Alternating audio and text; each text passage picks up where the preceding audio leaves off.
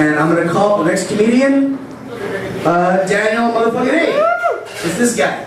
Woo! Have applause, everyone!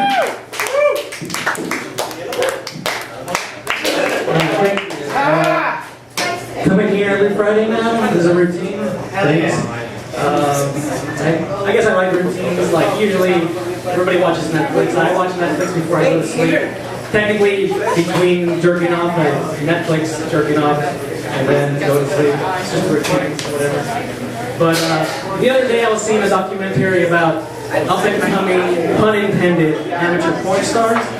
And just in case you wanted to know, total boner killer of that. But anyway, like, it was a pretty good documentary because, like, you could not tell sometimes what you were watching because there was this girl talking about she has sex so much that she forgets, like, what a real relationship is.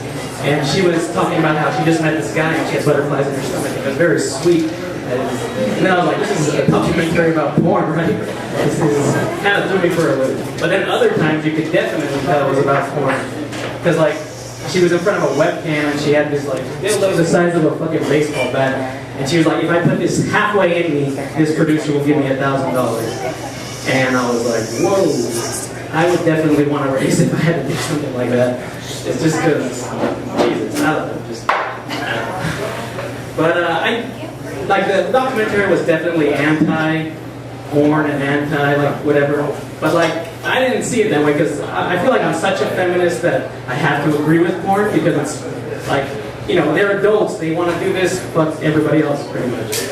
And, like, but honestly, people, like, judge and shit, but it's like, really it's because it's not an option for everybody else. It's like, I would love to have sex for money, but no one wants to see that shit. It's just not an option for me and most people. No one's, like, on their newspaper route or, like, the employed pages and like, this is fucking bad. But, you know, if it gets worse, I'm gonna have to start moving for it. It's not just like, you can just start getting.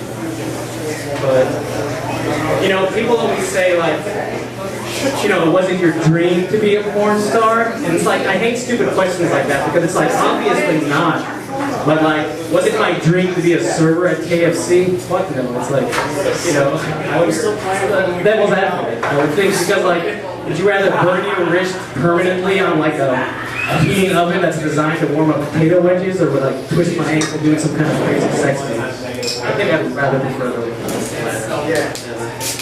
But, like, they were, like, really giving this chick who's gonna come out, like, a guilt trip. Like, her boyfriend met her in porn, and then later he's like, this is fucked up, and he was just very judgmental. Like, he would say stupid things like, what's the cost? Like, yeah, you're making money, but what's the cost? And, like, you know, the metaphorical one, but it's like, fuck you, it's $4,000, asshole. It's like, there's a cost to it, and, like, I don't think it's a big deal. Anyway, let's get off the topic about porn.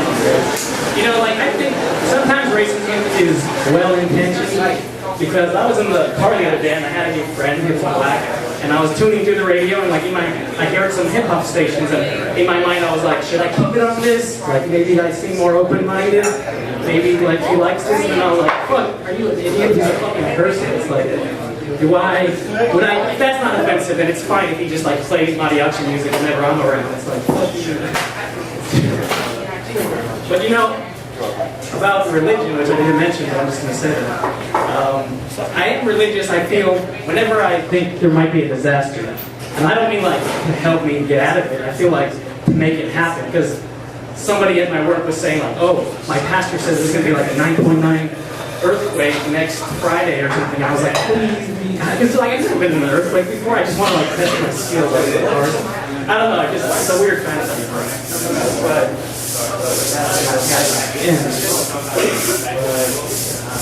you know, about statutory rape. It's like, when you hear people, like, start, like, defending it, like, rationalizing, like, well, biologically, you're a soul now. It's like, once they start rationalizing it, you can just stop listening, you can tune out if somebody trying to say that. I mean, most people have sex before they're 16, before that limit, but we're going into that here. You know, when I'm on drugs, like, sometimes I try to, like, capture the moment. Like, the moment, like last week, Memorial Day, I was on acid at a baseball game, and there was fireworks exploding in the air. It was crazy, and it was pretty awesome. But like, I was trying to like do it with my phone, and my phone's all shaky, and I'm like on acid or whatever. And it's just like retarded. It's like, why am I trying to do this? It's not going to be as good. It's all shaky and shit. It's just. But you know when you're like kind of a drug addict, when like you still take a 24th of acid and you think like it's gonna affect you, or mushrooms, it's like it's been divvied up so much it's not gonna affect. Might as well just give it to my friend and have him have a better trip. But I was like, gee, that's technically mine. That's a third of an eighth, whatever. But when you're on drugs, sometimes like you hang out with people who don't like mesh really well with like regular society. Like we were at a baseball game with this guy who was like kind of a pothead, but he was like, baseball's stupid and just like go red teams, love this. And like there were all these families who are like in jerseys and stuff, which it's fine, but it's just like sometimes you know you're with assholes and you feel like apologizing to people. It's like, sorry, I'm with assholes. Sorry about that. Sorry. But like when I was on acid, I was like on this hill, and like when you have that existential moment when it's like you're alone in the universe and you feel very cold, like you just want to like grab something to feel warm. But like my friend came out and he was like, "You want a jacket?" And I was like, "No thanks," because like I thought he meant the literal cold, because it's like I'm fine here, I'm all alone. The jacket's not going to help this situation. But then like there was a pool there, and I was thinking like of jumping into it, and he's like, why don't you just jump into it? And I was like, yeah, it'd be fun and stuff, but then I'd have the actual literal cold. I think I'll stick with my existential. I don't care. I should probably speak slower for that. You know what, like should I anyway, I was on the hill, and like it's kind of like when you're on drugs and you like feel like there's one more minute. Okay. When you feel like you're the best, or like you feel like you're awesome, and like because I was on this hill and it felt like I saw the lights of the highway and everything, and it was beautiful, and I was like, whoa, I'm on top of the world. And like I was at some guy's house who I didn't know, but it was like very rich, they had a pool and everything, and it was like, whoa, this is awesome. And then, but it kind of felt like it was short-lived, because like I felt like I didn't almost felt it was just like I'm nobody. Like I just realized who I was, and then I was just like, I'm nothing. And it's just like it's almost like you're in a line to be like the best, and it's like, hey, and then it's like and it's just like a slap. That could probably be articulated better, but there's a lot of mysteries in the world.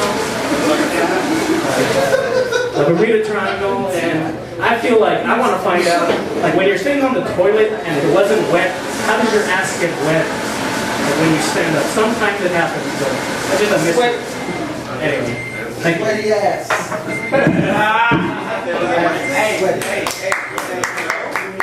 Hey.